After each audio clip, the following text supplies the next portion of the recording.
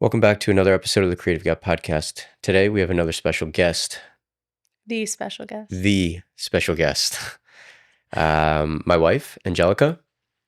Last time we did this was it 2 years ago? 3? Right after, no, 2 years ago. right after our wedding. No, it was before our wedding. I don't think so. I do. I think Because we were in Cottonwood. We were in our other house. Yeah. It was right after in the summer. It was right It after. was like a month after we got married. Okay. And we said we would revisit. And then we would revisit it after 1 year, Mhm. which is 5 months late now, Mhm. something like that. So we're about a year and a half in. Yeah. To our marriage, and we're back with another sort of another episode together. And the first thing I want to ask you is, what is one thing that you've noticed about yourself that has changed recently for the better? Just personally? In Or general, like within our relationship? whatever you want.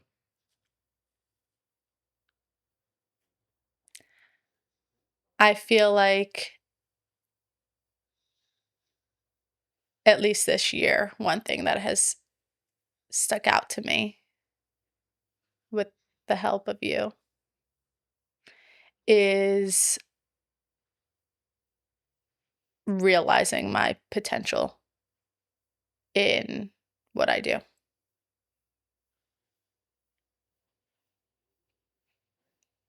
And understanding that you have to put in the work to see that potential, Mm. if that makes sense. Yeah. Walk me through that. What started this process for you to recognizing that you weren't maybe living up to the potential that you thought maybe you were, that you believe that you could have been? Well, I guess it started with leaving my job. There we go. Let's lead into that. Are we going to start already? Oh, yeah. What's today? So I left my traditional job a year ago yesterday and decided to pursue freelance lifestyle for me, which involves building a brand and a name for myself through yoga and recovery training with my background in athletic training. And since then, I've been able to build a clientele, work at 3 different locations, currently working at 3 different locations, and slowly but surely finding my path and where I see myself going with this. What stuck out to you in the beginning to make you sort of question what you were doing at the time of working that job? What did you notice maybe that you felt wasn't necessarily aligning with who you wanted to be or who you were even becoming because of that job? I felt like I was just going through the motions. Mm. And whether it's a good thing or a bad thing, I don't want to say that I was like,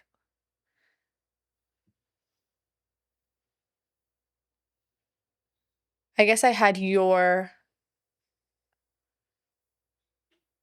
life and career always in the back of my mind with seeing how passionate you are about your job and how excited you are about waking up to go do something or prepare for something, even though it's a lot of work and a lot of time and sometimes a lot of stress. I could see how much it excited you. You felt like you didn't have that. Yeah. Mm.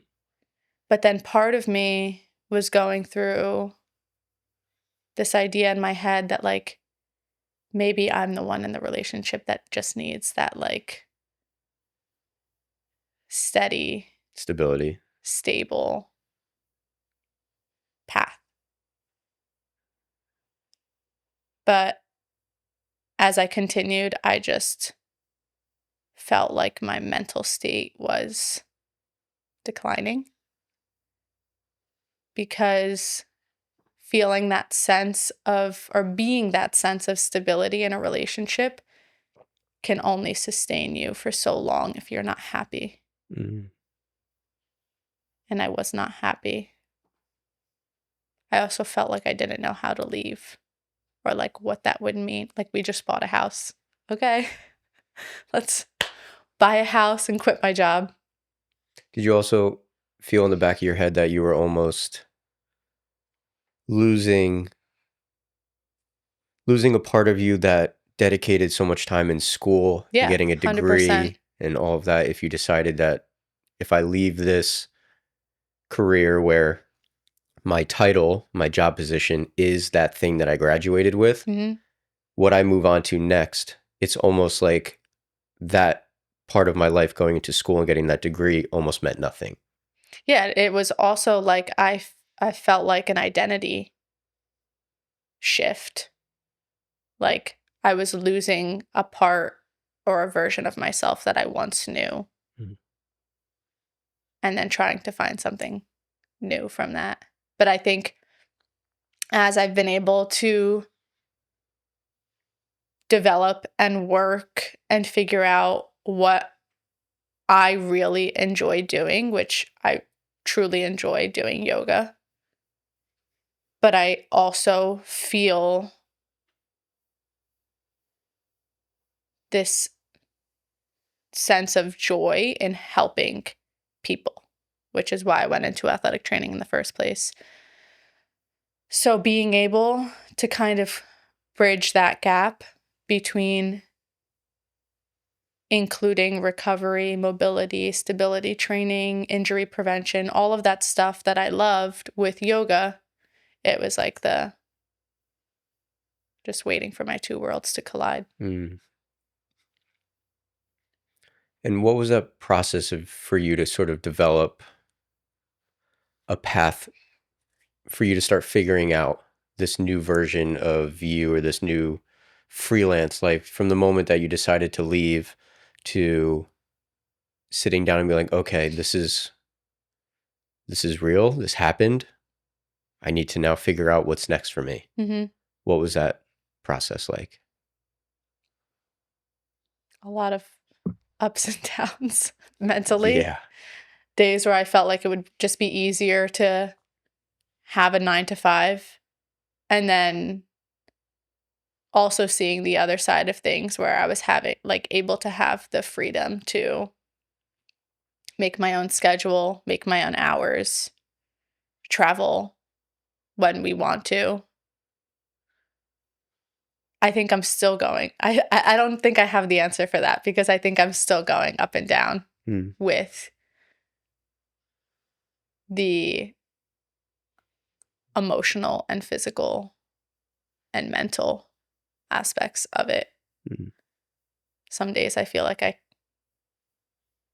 can do it, and then some days I feel like I can't do it. Yeah. Welcome to my world. You've seen it in me in how many years? Yeah. Where even though I've been doing this for 6, 7 years, maybe now as a freelancer, maybe a little longer, it's impossible to 100% feel one way. I think the purpose of I don't want to say the purpose of freelance, but a mechanism of freelance and a result of pursuing that is understanding that there are going to be ebbs and flows, not just in your career, not just financially, but also within you, emotionally and physically. Mhm. I think that there's different seasons that you go in freelance, and there are certain moments where you feel like you're running on a high, you're feeling creative, your classes are doing really well, there's people showing up, feel like you're teaching well, and then there might be seasons where you feel stagnant, you feel like you're not pushing the boundaries, you're Mm-hmm. not experimenting, you're not trying new things. And I think we all get stuck in that, whatever our field is in that freelance sort of world, whether it's fitness, yoga, filmmaking, whatever. I think what I've started to learn and understand about those moments is that it's easy to look at those down moments, those moments where we feel a little bit more negative, and we often turn towards other areas to hopefully fulfill us, like social media and other areas. And we often tend to start comparing ourselves to what other people are doing, especially if we start feeling down on ourselves. We see what other people are doing and we wish we were doing that thing, Mm-hmm. which I'm guilty of, like most people. But what I've started to practice more and hopefully continue to get better at over time is recognizing when I'm in that lower season, whatever that may be. And through recognition, making the choice to work on myself, work on developing something, work on trying to be creative, work on focusing on something about myself rather than focusing on the external, what other people are doing. I think the more that I do that, the more that I can easily say that it helps me reshift Mm-hmm. my focus and intention on what I'm doing and where I'm going rather than what other people are doing and where they're going. Yeah. And I know that's really hard. And I know that I still struggle with that a lot. Yeah, because sometimes I turn to social media for inspiration and ideas, but then, like you said, you see what everybody else is doing, what you're not doing. Then sometimes I worry, like, is it too oversaturated? Am I trying to pursue a field that's oversaturated? But I think every field has a certain level of saturation that you could look at if you're deciding to pursue it and say, this is too mm-hmm. saturated. I think it's partially because when we are in that pursuit of that field, we're so narrowly focused on that thing, that area, that's all we see. For me, it's filmmaking, for podcasting, YouTube, content creation, whatever. So most of the people that I follow, most of the things that I see are this field. So it innately tells me that there's so much going on. There's too much happening. Yet there's so much else out there in the Mm-hmm. world that's happening as well. And I think part of what helped me get over the fact that get over the idea that it is too saturated is just recognizing that I am my own individual person, my own unique voice, and that warrants enough space for whatever field Mm-hmm. I'm being in. I have room in here because I'm me. And I Yeah. think the same for you in your field. There's enough room because you're you. You're not that person over there. Just takes reminding. I think it's a choice too. It takes reminding of people, like accountability and like talking to people, like No, you have to remind yourself of that. and exactly. You have to remind yourself. It's a choice to remind yourself too, Yeah. though, that it's a choice to tell yourself that, okay, I need to reshift my focus. A lot of it can't be subconscious because I Mm-hmm. think that requires an insane amount of mental strength and endurance. But choosing to refocus on yourself, I think, is the first step into actually starting to make progress in those lower seasons. Yeah. Wow, we started off real deep. Do you know me by now? Of I course. mean, this I is just what thought that it was going to be later in the conversation, but it was a good yeah. start. Yeah. I mean, get the blood flowing, get the brain going a little bit. Mm-hmm. The Creative Gap podcast is brought to you by Chiva Collective. And I'm excited to say we are officially live. Chiva is where filmmaking meets leadership, discipline, and growth. It's a digital platform built to help you strengthen your craft while also building an improved mindset, building better habits and systems you need to sustain a long-term healthy career. Inside, you'll find tools, templates, video training, community resources, and webinars that span across topics such as creative ownership, business and finances, leadership, communication, and even health, wellness, and nutrition. Enrollment is now open, So head over to chivacollective.com. That's chivacollective.com and join today. I look forward to welcoming you to this community. I think in the last episode, we talked a lot about our relationship and how after 10 years getting married felt, if it did feel different. Did that make sense? Yeah. Yeah. Yeah. So Like, like how did it 10 compare years to being like dating or dating. engagement or Yeah, whatever? for sure. So now that we're a year and a half in, I forget what I wrote. What do you think, what surprised you the most about marriage in this last year and a half that you discovered?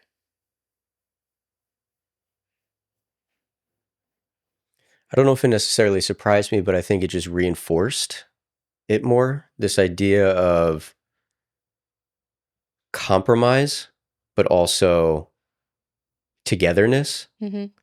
I think sort of go hand in hand a little bit. And what I mean by compromise is thinking less about yourself for your own selfish reasons for doing something, and then thinking about how that affects the other person and seeing their perspective, their point of view, and then one making a compromise or communicating about why you feel this thing should be this way or why they feel this thing should be this way, and then finding where you two can communicate in the middle to be able to come to some agreement. But I think that ties into the whole togetherness thing Mm-hmm. as well. I think compromise and togetherness are very intertwined because I think without feeling like you two are one now at this point, there is no urgency to compromise. Because I feel like if you still look at each other as two individual beings in a relationship, you're more willing to push for the thing that you want Mm-hmm. rather than seeing what the other person's perspective is to figure out what is the best solution for you two as a whole together. So I don't think that surprised me, but I think that is being reinforced more and more for me. What about you?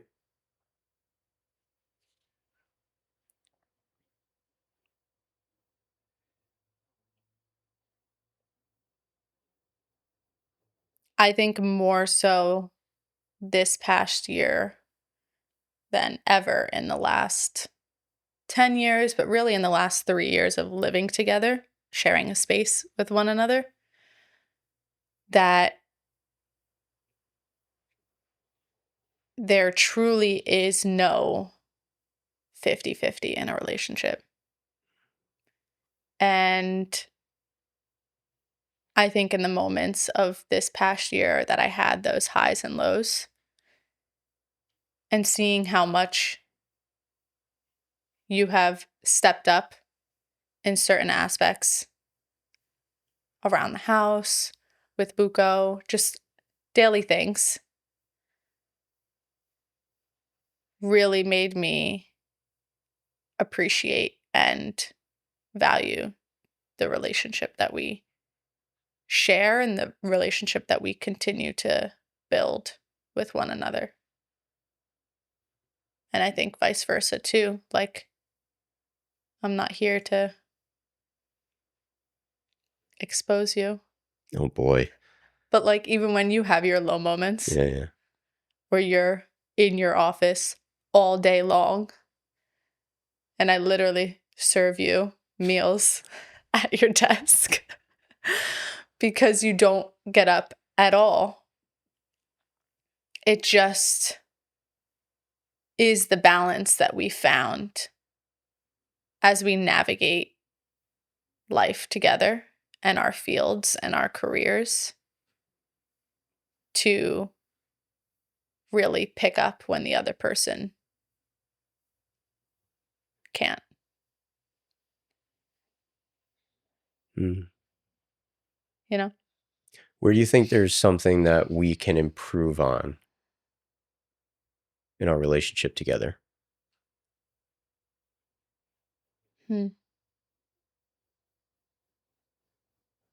I feel like maybe like sitting down and having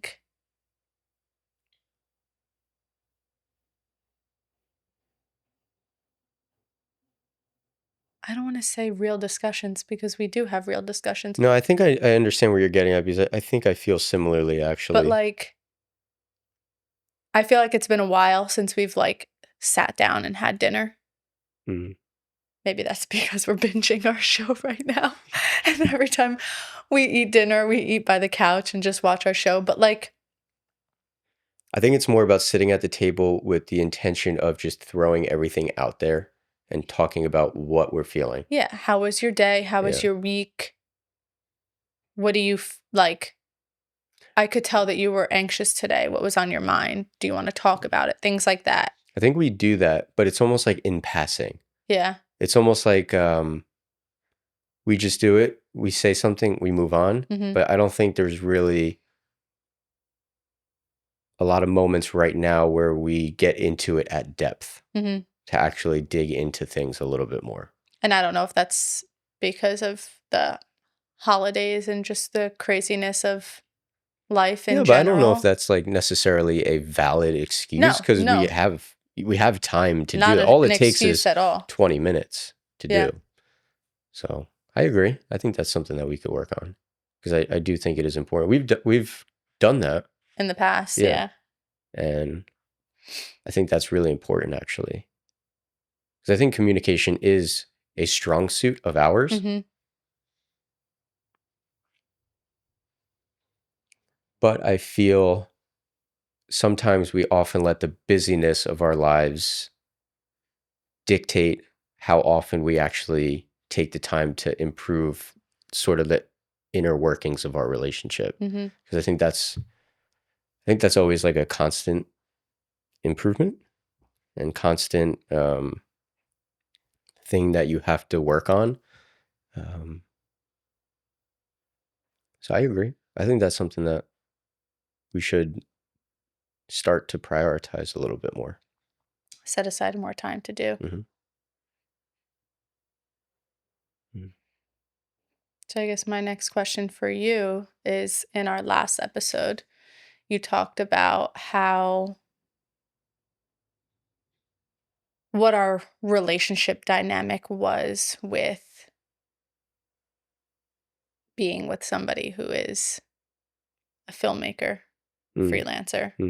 Unpredictable. Mm-hmm. Yeah. Just like today, you could be here. Tomorrow, you can be in Los Angeles for a week. Mm-hmm. Do you feel like anything has shifted or changed in our relationship? Or I shouldn't say in our relationship, but in the way that you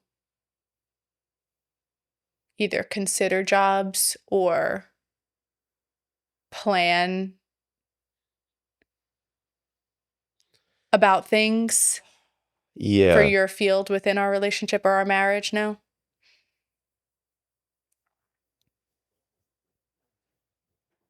This could be a whole episode right here on this topic. Um,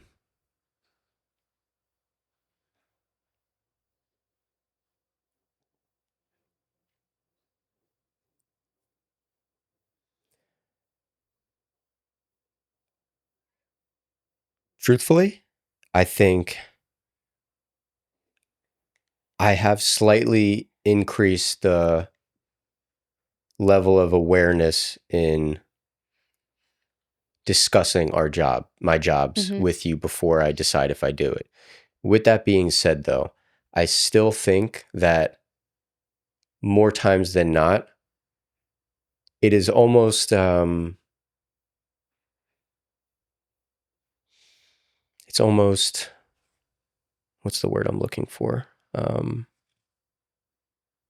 It's almost like known between us that majority of the time I'm going to do that job, Mm-hmm. whatever it is, wherever it's going to go, wherever it's going to take me, however long. Most of the time right now, it's yes. Mm-hmm. I feel like we both have that understanding, especially because of the to provide an income for our household. Mm-hmm.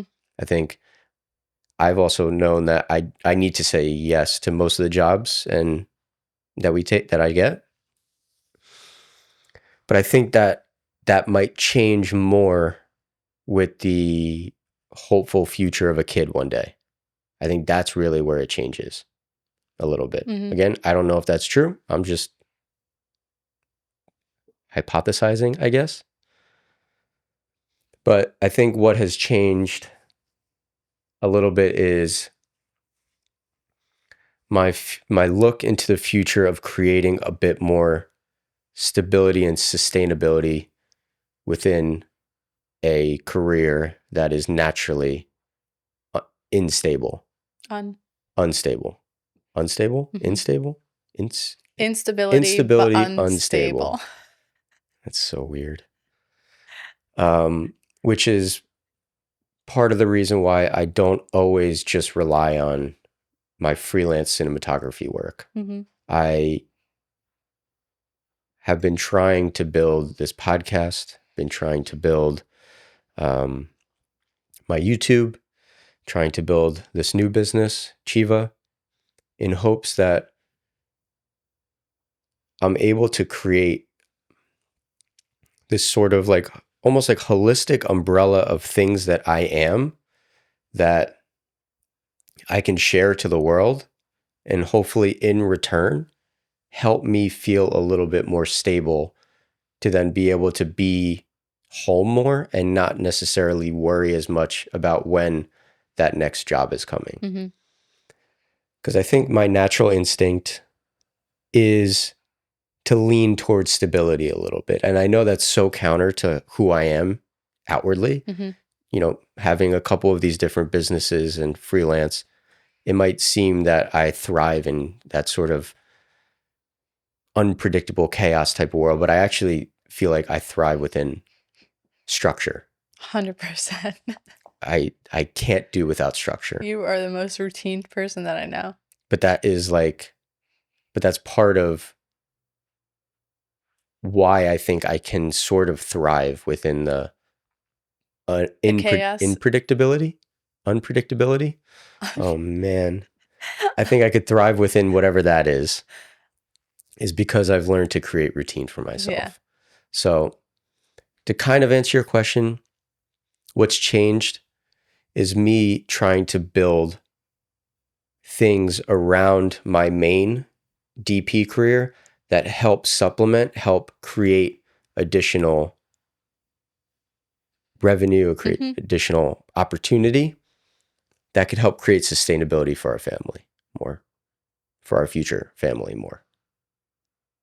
So I could be home. Yeah. So I don't have to say yes to a job that takes me away for a month if I don't feel passionate about it or creatively fulfilled by it. Because I think that's truly what we all seek as creatives or filmmakers is to say yes to jobs because we feel fulfilled by it and created. We feel creatively called to do it, not necessarily only by the financial burden to say yes to do it. I think that's the dream. And I think that's just what I'm working towards getting to. And I think on that end of it for me, I've become so comfortable with the unpredictability of your career. I don't know if that's a good thing or a bad thing. But like I feel like I have such a good home base now here where we are with our friends and our family so close. I'm so good with you going wherever you want to go. You're almost like head out. See you later. Me and Boo go get the whole bed. No, I'm kidding. But like, I think I hope that there's comfort. You feel comfort in knowing that I'm okay. Well, that's part of the reason we too. moved back here. Yeah. And it was a sacrifice for me to be further away from the sort of hubs like Philly, New York, different airports or whatever. Like where we live, there is no film industry at all, really. No. I mean, 30 minutes away, Netflix is building a 100-acre thing, wherever. Yeah. But besides that, commercially, where my jobs currently are, and I have to drive at minimum an hour and a half per job. One way. One way, which prior was 20 minutes, 30 minutes, Yeah. sometimes further, obviously. But I we decided to do that. We decided to sacrifice that in order for us to be able to feel like we have a better home life with our friends and family. And I think that does help make it a lot easier for me to be able to go away longer, because I know that it's not that you'll just be home in this house and you feel safe in this house. It's because we have a friend a mile away, another friend a mile away, and your family 20 minutes away, my mom 20 minutes away. There's a huge support system here, and I think that was a huge burden that I think was lifted off my shoulders of deciding what jobs were worth it or not in the time. Yeah. And I think the other thing that we, maybe me, that we like counter each other sometimes too, is like you do want to take everything. And I feel like the only times that I like pull you back in is if there is some sort of like family event. Because there was a point where like that didn't Matter to me. matter. Yeah. But also because we were far away. So like it wasn't an option anyway. But like now that we're home. I also think it's that, sorry to interrupt you. I think it's that, but I think it's also my development of who I am and what I value as success, like, which is a whole another topic we can get into, in priorities. Because I think for a long time, I didn't necessarily dive deeper into like what I deemed as successful or what fulfilled me. It was more of like, okay, to be quote unquote successful means that you need to be working on set, doing a job every day, or else Like drop everything what you do and go work on set. That is the definition of what a successful filmmaker looks like. To some people, for sure, that is that. And that's totally fine. But I think I was pursuing that because that's what I thought is what meant success in that field, in this field. But as I've dug deeper into me and gone through a lot of ups and downs and started questioning a lot more about what I deem as a successful life, a fulfilled life, I think I've started to introduce family and friends a lot more into that, and see the value of what that brings me in my life, the joy it brings me, which also then translates into how I show up to work, how I interact with people, how I communicate with people, how I lead a project. I think it just brings a level of humility and just human nature to whatever it is that you're doing that I found to be way more valuable than I think I thought it was a couple years ago. Initially, yeah. So I think overall, there have been a lot of benefits. I don't think any cons really to moving back. No, just my gas bill, how much I have to pay in gas. But it's not that bad. You're saying like my car gas. Your car not gas. My gas. I mean, it's winter now, so the gas bill is not going to be fantastic. It's like, why are you bringing that up right now? Yeah, your travel expense. Yeah, but it's okay. It is. I think that expense is worth. Having a nice yard. Having a driveway and a house and a yard and friends and family. But going off of what I was kind of talking about, defining your version of success and fulfillment, what do you think yours is at this moment? Can you rephrase? What does success look like to you in your life right now and in your future?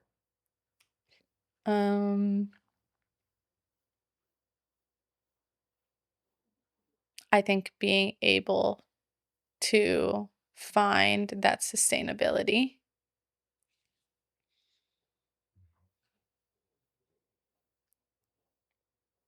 in pursuing this freelance career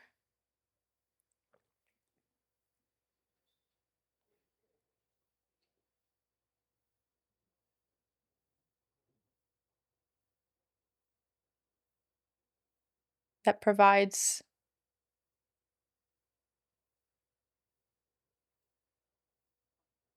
I don't want to say multiple streams of income, but like different streams. Hmm. Now, let me challenge you a little bit on this. Do you feel that there's also value? And I know your answer is yes, but I want you to sort of elaborate on it. I don't even know the The question. value of choosing to pursue something that you love to set an example of what your life can look like for children. Huh? Does that make sense? I didn't understand. Okay. Let me rephrase that.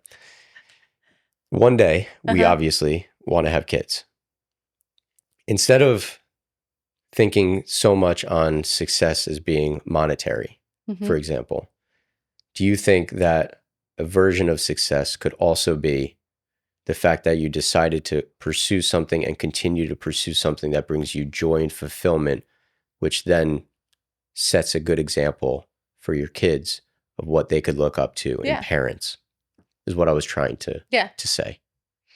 I think this whole idea of being able to step away from a traditional job setting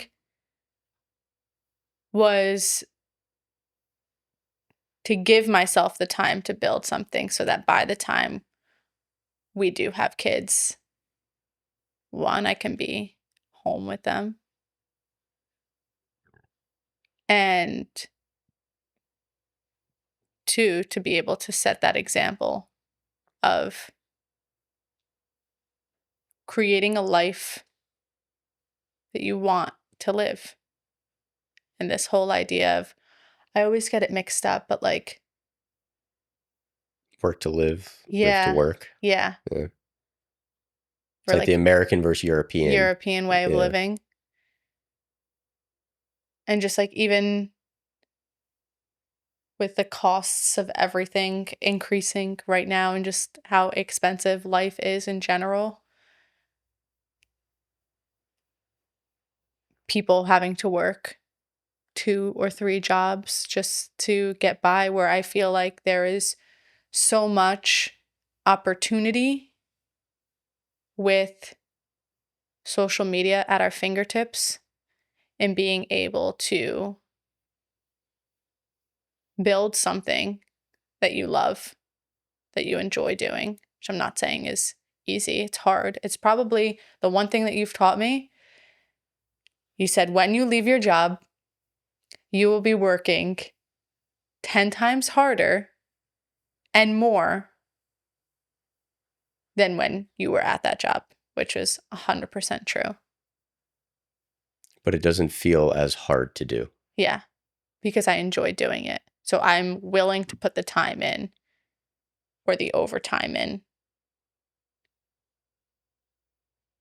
because it's what I enjoy doing. So I don't know if I answered your question, but yes, my version of success is being able to build something that allows me to stay home,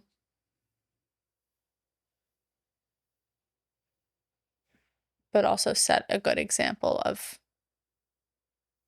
what opportunities could be available if you try to pursue them. My one question is, was there one moment this year that made you think, yep, I married the right person? Oh boy.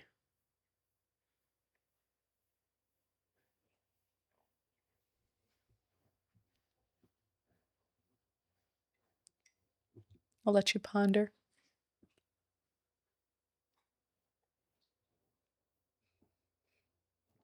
Or you want me to ask the other question? Sure, because that's super specific. What strengths do you think each of us bring to the relationship? Mm. So you have to answer for yourself, and then you also have to answer what you think my strength is.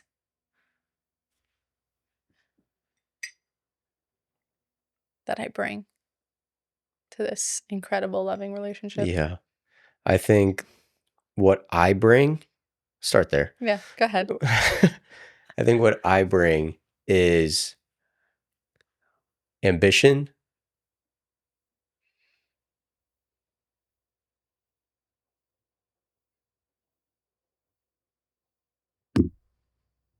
You I gonna guess that's elaborate?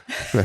You gonna elaborate? I'm trying to think of any other adjectives, but it seems like I'm limited on what I feel like I bring. Mm. Um,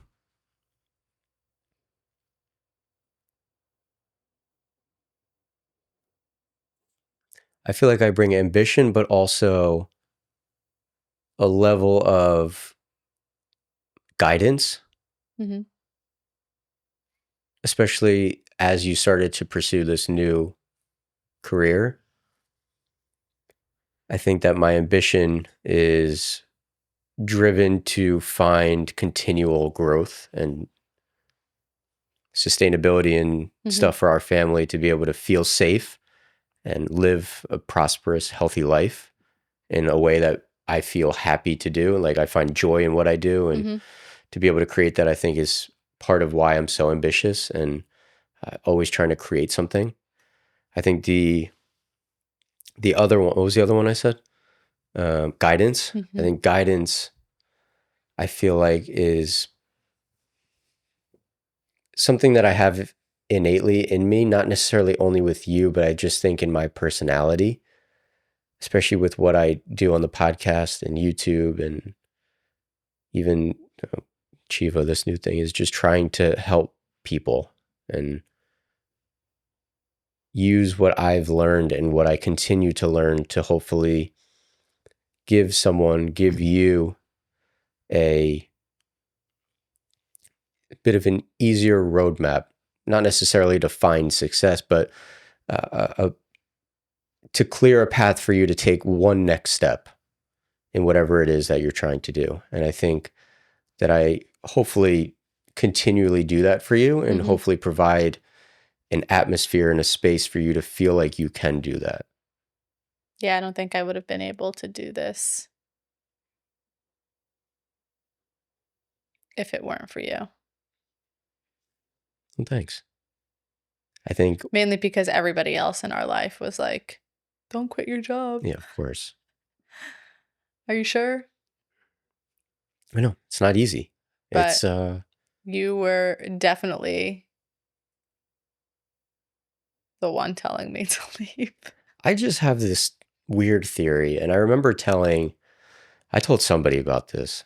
Oh, it was at Kelsey and Antonio's wedding Mm. rehearsal dinner. Mm-hmm. When we were talking to, yeah, their friends. Yeah, when we were talking to their friends, she was talking about how she wasn't necessarily in love with her job or something like that. And I think I said something, and this is what I really believe in that I feel like a lot of people choose to continue to work in a career like a normal 9 to 5 style job. And I hate using that because I don't want it to be degrading. Like that's not a degrade. I don't mean that 9 to 5s are bad. I Mm-hmm. really don't. I don't want it to come across that way. But I'm just talking about it in context of doing that job over something that you potentially really love to do instead. And I think that people often mistake the definition of safety with um, feeling that a 9 to 5 will give you safety and stability forever. When in reality, that job can easily fire you.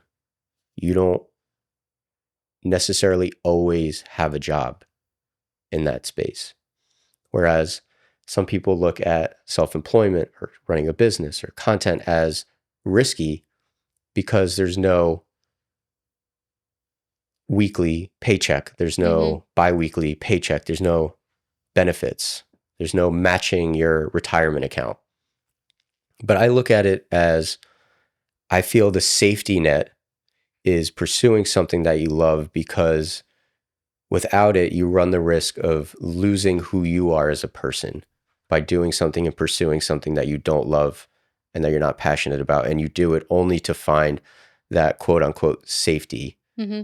And again, I know that everyone's circumstance is different, but I think for me, the safety was not in the financial safety of a 9 to 5, but the safety of securing who I am and what I want to become and pursuing things that help me get towards that goal. Does that make sense? 100%. Just don't know how we got there. I don't know. But you have to go back. I have to go back. What do you bring to the table? What do I bring to the table? What strengths do I bring to our relationship? I think groundedness. I think you help me not bring me down, but I think you help me settle a little bit and be here and be with you and be with family, be present. I think that since being with you, especially in the last couple years in particular, you've really helped me see the importance of family more and just being here in the moment.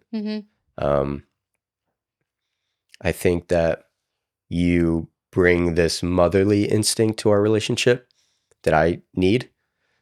I'm your mom? No, I said instinct in that you care for me Yeah. deeply.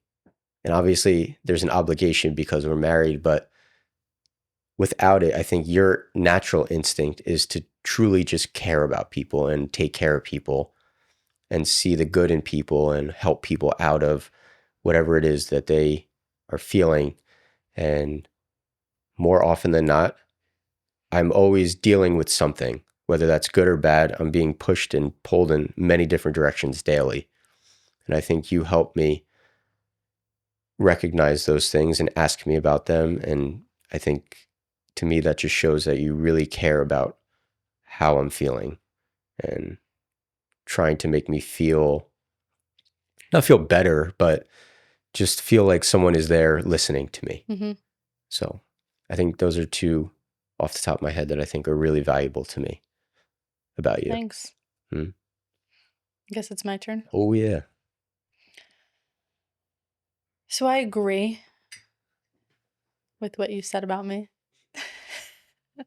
I feel like maybe you might disagree with this sometimes, but I feel like I bring a sense of peace to our home. Mm. Maybe not when I get my zoomies, but like for the At most part, midnight. for the most part, I feel like I've tried to create a space and a home for us and for you so that when you are coming back from a job that you just worked 15 hours a day, you know that you can step into the house and feel this overwhelming sense of calmness and peace and be able to like unwind and relax. 100% feel that.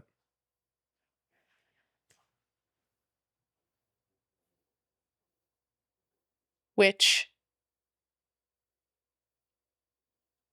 I think I enjoy being able to provide that.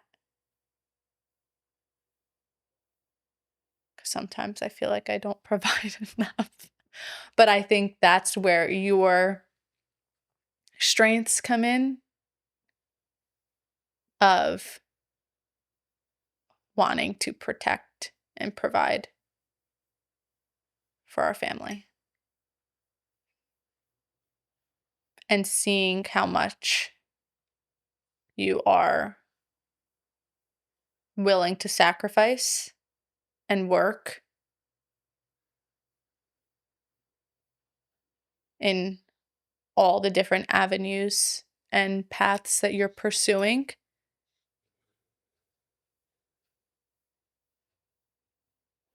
to be the provider for our family. I think we have found that really good balance Mm. between us. Do you feel that too? I do. I think there's still tons of room for improvement in there, Mm-hmm. because I know that sometimes you still struggle a little bit with feeling like you're doing enough Mm-hmm. or whatever. But I think it is just recognizing. But I also, not to interrupt you, I think that's also society Yes, that like puts that in my head right. of this like Boss. hustle Yeah. culture, boss babe mentality, which is great. I like applaud people and women who do that. But I don't know if that's what I want. Hmm. I think that's important because that's what I was talking about before, is finding what success looks like to you and not what society defines success as. And I think it's really hard to get to the point where you can actually make a decision to take that next step towards that version of success for yourself, Mm-hmm. and not that next step towards that version of success which society deems as being the gold standard, perhaps. And like something that I didn't mention before when we were talking about how or what I view success as. I think part of what I love about what I do too is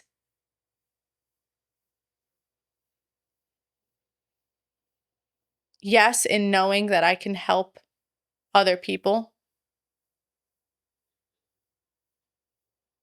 but I think it's also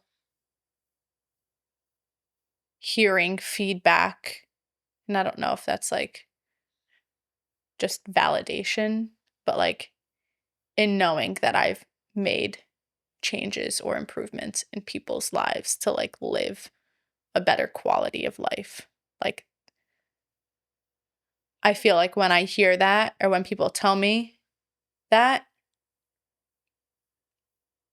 I feel like what I'm doing Matters. matters. And I felt that in my last position as well,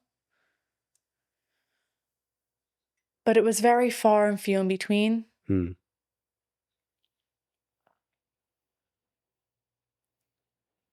And now, because I've built this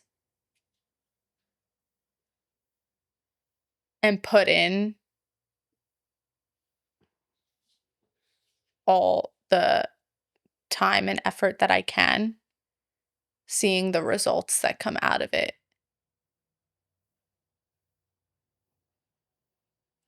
just make me realize that I do find a lot of joy and see that as successful as well. So I feel like there's multiple aspects in my life where I see success or envision success. Hmm.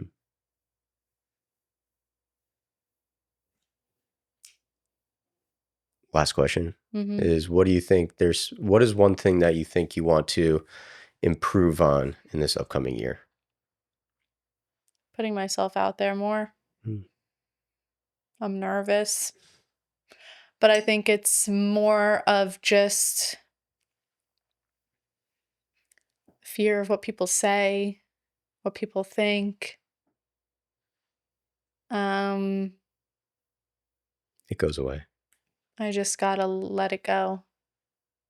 It's not easy to just let it go, though. I know, but I feel like I have a lot more to offer, but that's holding me back right now. Hmm.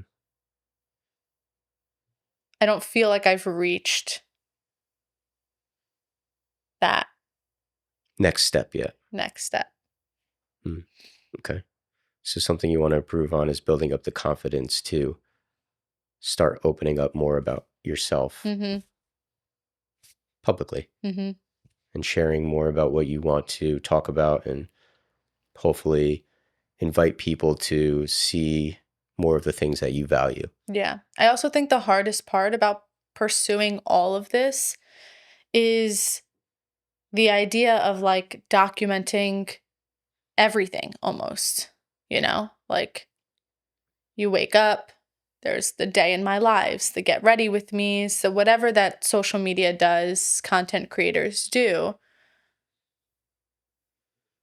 where then I struggle with this whole idea of living in the moment, not being on your phone 24/7. So I feel like that has really held me back in being able to figure out where I lay I think there's, or I lie. think it's about building a routine to decipher when you want to do one thing or another. I think building a routine where you go into that day understanding, okay, today is going to be a day where I try to create some content, to try to, Yeah, like content bulking. exactly. And then some days you wake up knowing, I'm not going to really show Mm-hmm. anything today. Today, I just want to be who I am, present without any sort It's of, finding that balance. yeah, I think it's just figuring out what that routine looks like for you. So that could be That's a goal. a goal or something to set forth as you move on this year. And how about for you?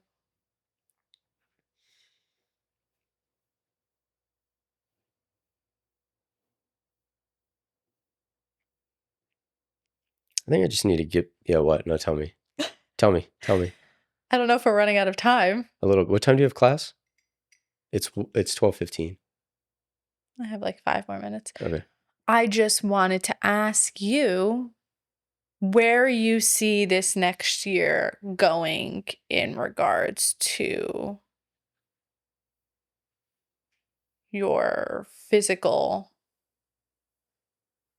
training, your strength training, your races, your I don't know. I what's a goal of yours for this next year? do another one or two high rocks races at least. Go under an hour in doubles. And I know we're getting in the weeds with this a little bit, Mm, but um, I think something that Carmine and I always talk about, who's, for mm-hmm, those that don't know, my workout partner, um, is finding more routine and structure within our fitness life.